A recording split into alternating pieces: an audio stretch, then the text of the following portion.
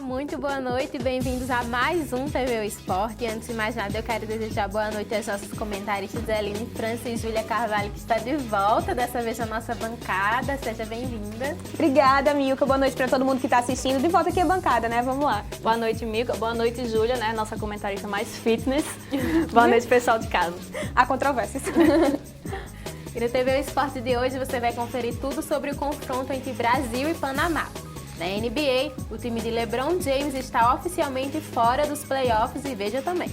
Natal recebe uma etapa do Circuito Brasileiro de Vôlei de Praia e no futebol potiguar, o Cruzeiro de Macaíba se prepara para disputar a Série A2 do Brasileirão. TV O Esporte está no ar.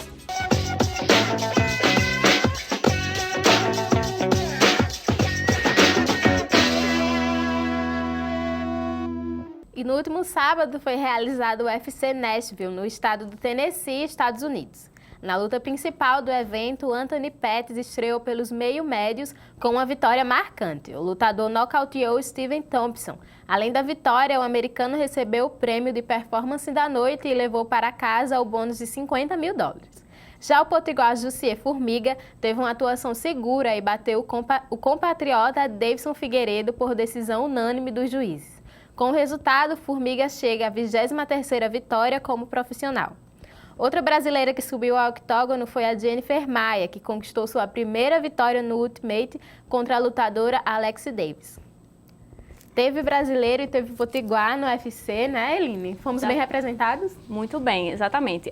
Sobre a brasileira Jennifer Maia, né? Ela estreou com uma derrota no UFC e agora ela se recuperou, né? Muito bom para ela dentro do evento, né? Porque não é bom você começar no evento, né, com derrota, agora deu essa recuperada.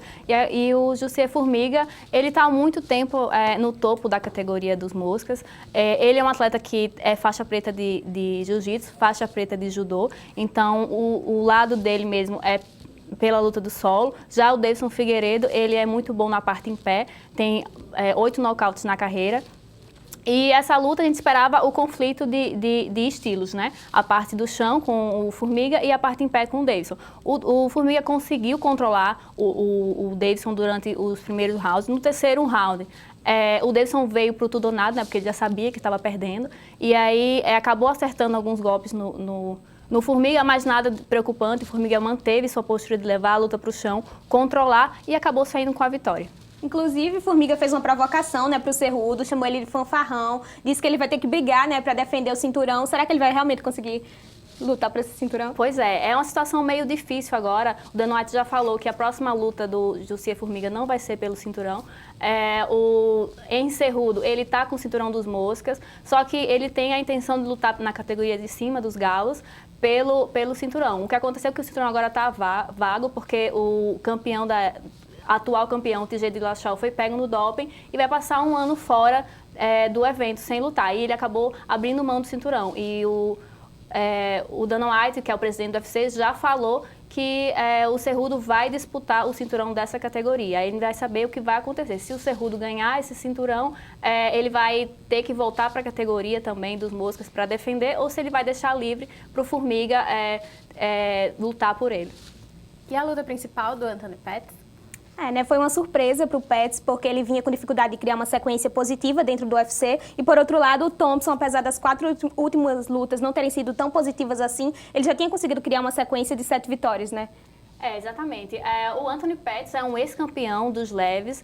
Ele venceu um Ben Henderson, que era o campeão da época, e perdeu o cinturão logo em seguida para o Rafael dos Anjos, que é um brasileiro. E ele estava com um retrospecto muito ruim, ele estava ganhava uma luta e perdia outra. E agora nessa categoria de cima ele está mais pesado. E aí ele era o azarão da luta e acabou vencendo, acertando um Superman Punch, um soco bem plástico, bonito, que é uma das características do Anthony Pettis, tirar golpes da cartola e fazer ótimos nocautes. Então, ele está aí, né, um dos possíveis nomes da categoria. Quer ficar por dentro de tudo o que rolou na última semana no mundo dos esportes? Se liga que chegou a hora do Giro Esportivo.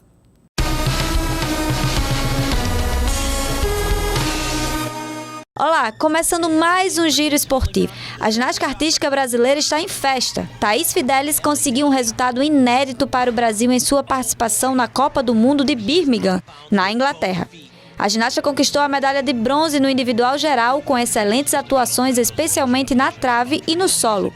Thaís finalizou a competição com uma somatória de 51.832 pontos. E tem baixa no futebol americano. Aos 29 anos, Rob Gronkowski, tight end do New England Patriots, anunciou sua aposentadoria. Desde 2010, no time, Gronk conquistou tudo: divisão, conferência e Super Bowl, sendo peça-chave para esses títulos.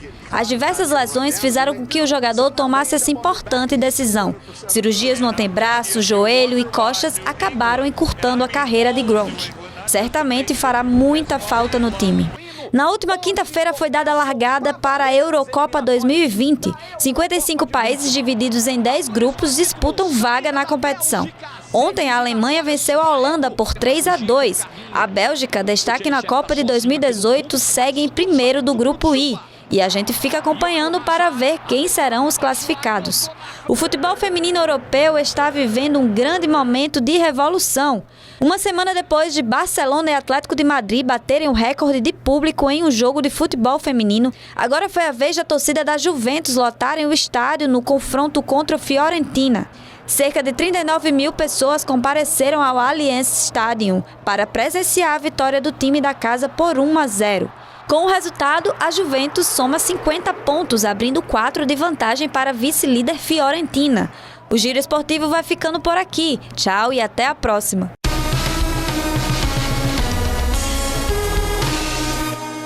Obrigada, Ju, por mais um giro. E ontem foi dia de grandes disputas na NBA. Já eliminados dos playoffs, os Lakers derrotaram os Kings por 111-106, mas o marco dessa partida foi a estreia do brasileiro Scott Machado, que assinou um contrato de 10 dias com a franquia. Quem está de volta à liderança da Conferência Oeste são os Orioles, após vencer os Pistons por 121-114 e contar com a derrota dos Nuggets para os Pacers. Outra equipe que também decepcionou seus torcedores foram os Rockets, que venceram os Pelicans por 113-90. Pois é, depois de muito tempo aí, o grande nome do basquete não vai para as playoffs, né, Júlia? Isso aí, desde 2005, né, o LeBron não sabe o que é ficar fora das playoffs, fora essa sequência histórica de 8 finais na NBA, né, e agora, infelizmente, os Lakers vão ficar realmente de fora, estão aí com 31 vitórias, matematicamente não conseguem alcançar o Spurs, que estão com 42 vitórias. O LeBron, inclusive, chegou a dar uma entrevista depois do jogo, né, ele atribuiu essa não passagem dos Lakers pelos playoffs agora, devido às lesões, né, devido aí a algumas substituições, mas enfim, os jogos em si, em dezembro ele estava lesionado, então, portanto, ficou 5 semanas distante do time. Quando voltou, não conseguiu, né, alavancar de novo o time, e aí fica... Pois é, o time não estava conseguindo muito se encontrar. A gente lembra um pouquinho da temporada passada, que aconteceu quando o LeBron James estava no Cavs, que também teve muita dificuldade, né? Ele ali tentando levar o time nas costas. Aconteceu parecido nos Lakers. Os Lakers tentaram fazer outras contratações na temporada, né? A esperança era que o Anthony Davis saísse do Pelicans e fosse fazer companhia ao LeBron James, mas isso não aconteceu. E acabou que essa notícia influenciou na parte interna dos Lakers, porque os jogadores ficaram sabendo que 4 jogadores ficaram sabendo que ia ser trocado pelo Anthony Davis, né? Entre eles um dos jogadores que também faz frente ali dentro dos Lakers ao LeBron James, né? O Kyle Kuzma e também o Lonzo Ball. Eles ficaram bem chateados, gerou uma crise dentro do time e acabou afetando, né? O LeBron James tem mais 4 anos de contrato dentro do time e ele já deu uma declaração de que ia fazer o possível e que a torcida confiasse nele, que ele ia conseguir levar o time aos playoffs nas próximas temporadas. Rolou até uma brincadeira na internet, né, perguntando o que é que você estava fazendo da última vez que o LeBron não estava em uma playoff, né? O São Paulo estava sendo campeão da Libertadores, Ronaldinho Gaúcho estava vencendo aí o melhor do mundo. Você estava onde, Aline? Não lembro, não faço a menor ideia. E os Warriors agora assumiram a liderança, né, da Conferência Oeste? Exatamente, né? Os Warriors estavam com um pouquinho de dificuldade também pelo fato do Kevin Durant ter se lesionado, ele passou alguns jogos fora. E aí o Steph Curry acabou ficando com o time nas costas, tendo que fazer muito mais do que ele já faz normalmente. E isso acabou influenciando nos resultados. E aí, nesse jogo, no jogo passado contra os Mavs, que foi o jogo que os Warriors perdeu, o Steph Curry foi poupado e aí isso acabou que eles perderam, e nesse jogo agora, do último, o time estava todo completo, porém, já pensando nos playoffs, o técnico decidiu deixar tanto o Kevin Durant quanto o Steph Curry pouco tempo dentro de quadra para eles ficarem poupados e já voltar em melhor forma. Já tem até previsão de MVP, né, para essa temporada. Exatamente, né? O James Harden, mais conhecido como o Barba, ele chegou a 8 jogos marcando mais de 50 pontos. Ele conseguiu marcar 61 pontos no jogo contra os Spurs. O placar final foi 115-105, ou seja, ele fez mais da metade dos pontos do jogo. Então, já é um grande nome, um possível MVP da temporada. Só corrigindo, o jogo em que o James Harden fez 61 pontos foi 111-105. E no último domingo aconteceu a etapa final do circuito de vôlei de praia aqui na Praia do Forte. A nossa equipe acompanhou tudo de perto e detalha o que rolou por lá na matéria de Maria Luísa Guimarães. É domingo de manhã, tá fazendo um calorzão, por que não juntar a família, os amigos, os vizinhos e assistir um vôleizinho na beira da praia? Foi assim que muitas pessoas preferiram passar o domingo calorento. Era a final do circuito de vôlei de praia e nada foi mais chamativo do que poder ver de perto os craques do esporte, dando um show na arena e de também presenciar a emoção do seu torcedor.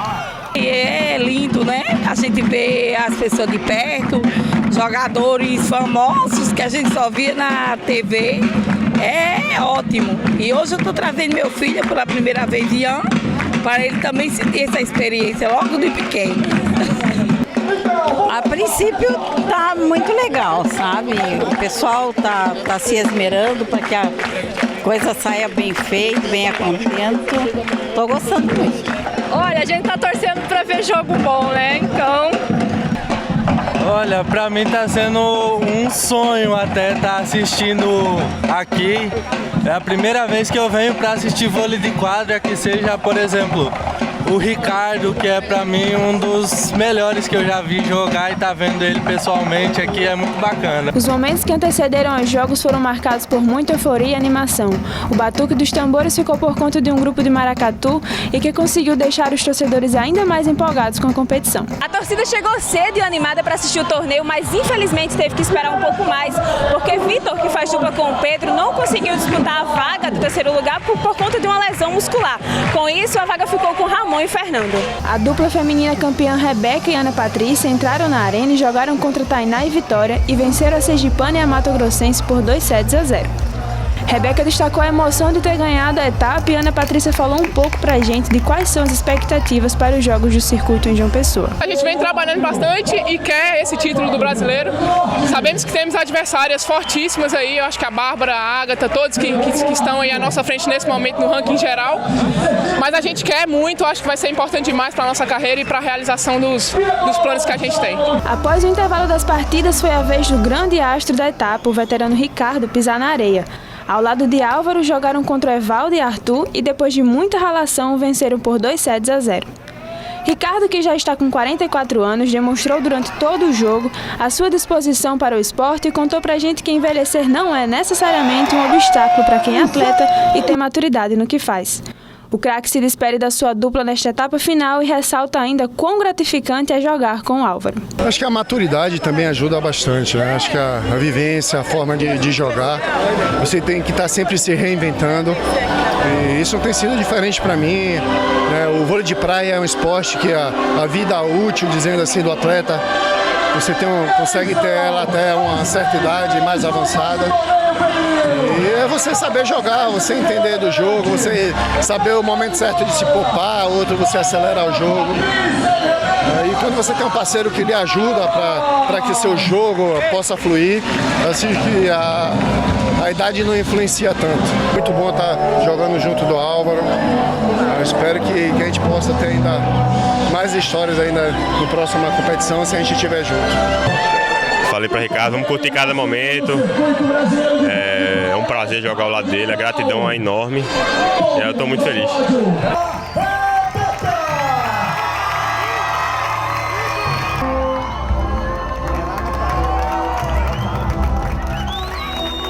E fica Fica por aqui mais uma etapa do vôlei de praia e o campeonato se despede da Cidade do Sol em um calor humano dos potiguares. O circuito continua pelo Nordeste e a próxima parada é em João Pessoa, entre os dias 9 a 14 de abril. Obrigada, Malu, pela matéria, e o TV Esporte vai para um rápido intervalo, mas a gente volta daqui a pouquinho.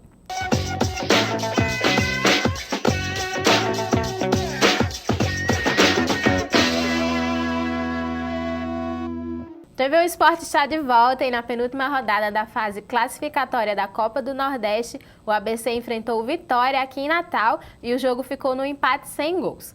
Com o resultado, o alvinegro se complica. O time potiguar caiu para sexto, temporariamente ficando de fora da próxima fase e não tem um jogo fácil na última rodada. Vai enfrentar o Fortaleza, primeiro lugar do Grupo A, fora de casa. O ABC já não está muito bem, agora vai ter uma tarefa difícil, né? Contra o Fortaleza. Esse jogo aí a gente viu que os dois times foi marcado pela dificuldade de finalização. Inclusive, o Vitória teve a chance de fazer um gol, né? Teve um pênalti e aí o jogador acabou mandando na trave, né? Tá bem difícil, bem complicado aí, né? E vai ficando cada vez mais difícil, né? Porque esse pênalti perdido poderia ter mudado totalmente o rumo do jogo. Teve também um pênalti que o juiz não marcou no final do segundo tempo, tanto que depois que o jogo acabou, os jogadores cercaram ali o juiz, né? E o ABC tem muitas dificuldades de criação de jogada, né? De infiltração na zaga adversária, e especialmente as finalizações, né? O Vitória é um time que até então não conseguiu vencer nenhum jogo na Copa do Nordeste, devia ter aproveitado dessa deficiência do Vitória e agora está aí no sexto lugar da tabela, né? Com perigo de não entrar entre os 4 times que vão avançar na fase. Inclusive tem essa diferença, né? Se a gente for comparar a tabela do grupo do ABC com o grupo A, a gente vê que a pontuação está bem diferente, né? Tem uma diferença muito grande, né, de números entre os dois grupos. O grupo B, que é o grupo que o ABC está, o último colocado é o Motoclube, que tem 7 pontos. E se tivesse no grupo A, estaria passando ali entre os 4 primeiros, né? A gente vê essa discrepância realmente. O próprio Fortaleza, né, que vai enfrentar o ABC na próxima partida, está com 10 pontos e está em primeiro lugar na classificação da tabela. Vamos acompanhar para ver como vai ficar a situação aí do ABC. E agora falando de futebol potiguar, nesse fim de semana tivemos só uma partida válida pela terceira rodada do estadual, que havia sido adiada. O América enfrentou o Palmeiras em Goianinha e venceu por 3-0. Com o resultado, o alvirrubro fica na liderança com 15 pontos. E agora a gente fala de futebol feminino. O Cruzeiro de Macaíba vai representar o Rio Grande do Norte no Campeonato Brasileiro A2. A nossa equipe foi conferir como anda a preparação das meninas e você confere tudo na matéria a seguir. No bom futebol tem que ter preparo físico, cobrança, agilidade. Mas no futebol feminino, os dribles começam antes de entrar no gramado, para superar a falta de incentivo, de estrutura. É um clube amador, nós vamos disputar equipes que são equipes de camisa, equipes que já estão consolidadas a nível nacional, equipes grandes, consideradas grandes, e nós estamos ainda num nível, vamos dizer que do esperado ainda muito abaixo. No caso do Cruzeiro, muitas vezes falta o básico, como o dinheiro de pegar o ônibus para chegar em Macaíba, lugar de treino das atletas. A questão financeira também é uma questão que dificulta muito o nosso trabalho. Já visto que a maioria das nossas atletas são de Natal, então elas têm que se deslocar. E muitas vezes nós não temos sequer o dinheiro da passagem, é a nossa realidade. São 27 meninas no grupo, 2 treinos por semana que tem durado em média 1 hora, já que o local de treinamento está sem luz. Junto a tudo isso, muita força de vontade, fator que impede o time de ficar para escanteio. Nós não somos qualquer clube, nós somos o Cruzeiro Macaíba que bateu de frente e que agora vai bater muito mais de frente, que a gente só visa a vitória. A maior edição de um campeonato brasileiro de futebol feminino. Na segunda divisão, são 36 clubes, divididos em 6 grupos, com 6 times em cada um deles. Avançam os 2 melhores times dentre todos os grupos e os terceiros melhores lugares avançam para a segunda fase e encaram um mata-mata.